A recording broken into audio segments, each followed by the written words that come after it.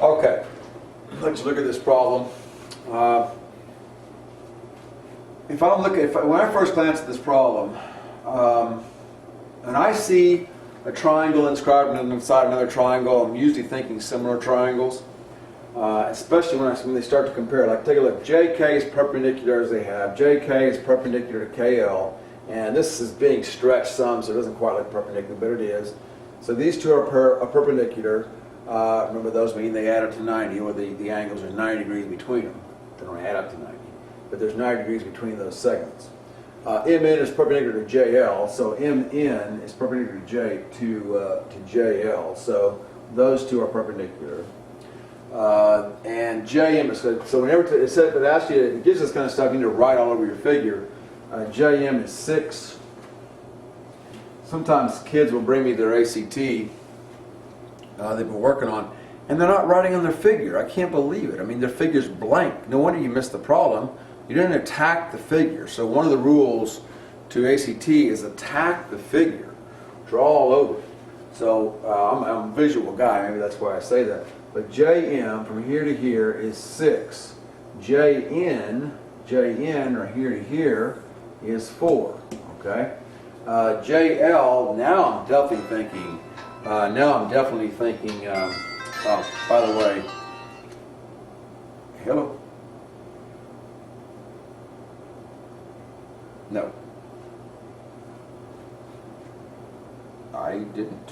But her sister goes over there sometimes.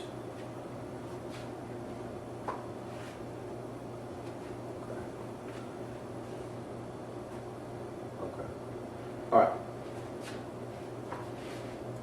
Now, you should never do this during the test. Never answer the phone.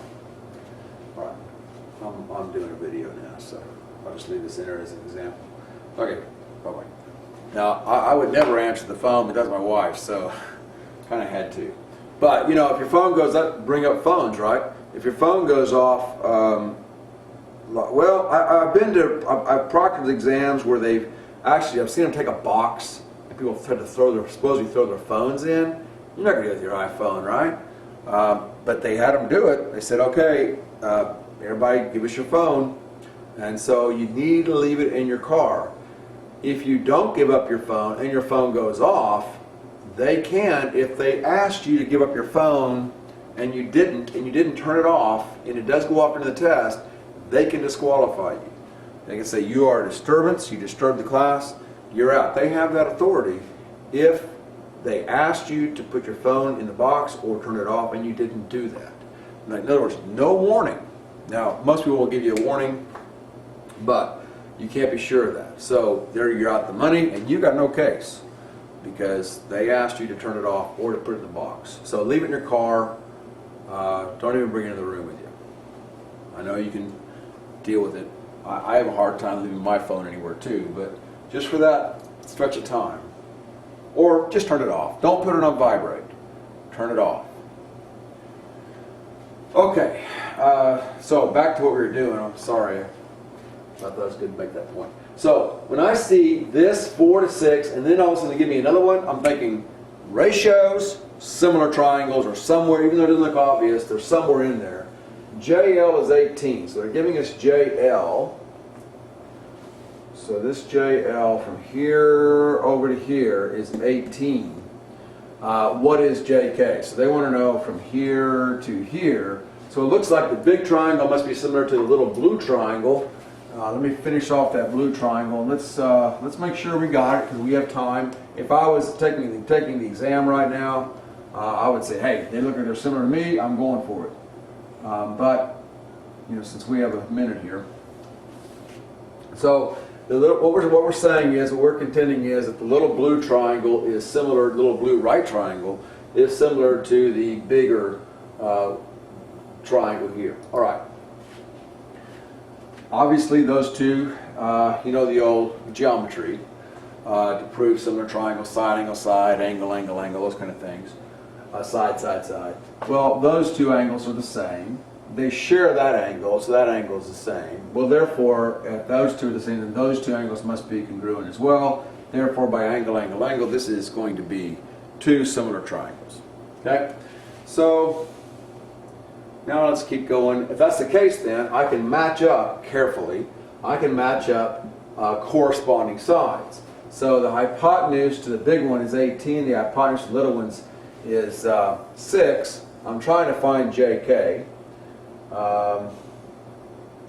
So JK is a leg. So I have J. I'm going to do a leg over hypotenuse equals the leg over hypotenuse. So 4 JK over 18 is 4 over 6. So there you go. And here's the deal. A lot of you will immediately cross multiply. Sometimes it slows you down to cross multiply. Remember, they're going to deal with integers. So you're not, and if it's pi, it'll be pi. I mean, they're not going to give you a bunch of weird numbers. They're not going to give you fractions. They will give you fractions, but they don't give you a bunch of crazy 4.3728. They're not going to do that. It's meant to be taken without a calculator. If you know your squares and your square roots and all that, you don't really need a calculator. But, you know, 6 times 3 is 18, 4 times 3 is 12. That's a lot faster than cross multiplying. Because a lot of you will just get out that calculator, pop, pop, pop, pop, pop, pop, pop, pop. If you ever find yourself doing this,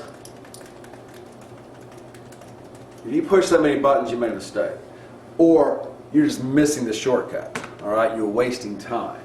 Like I showed you, if we went to the review on that first question, the second test, little mini test we took, man, boom, I had the answer in 10 seconds. Punching those numbers into a calculator would have taken you at least a minute. So, there we go, 12, better be there, yeah, B.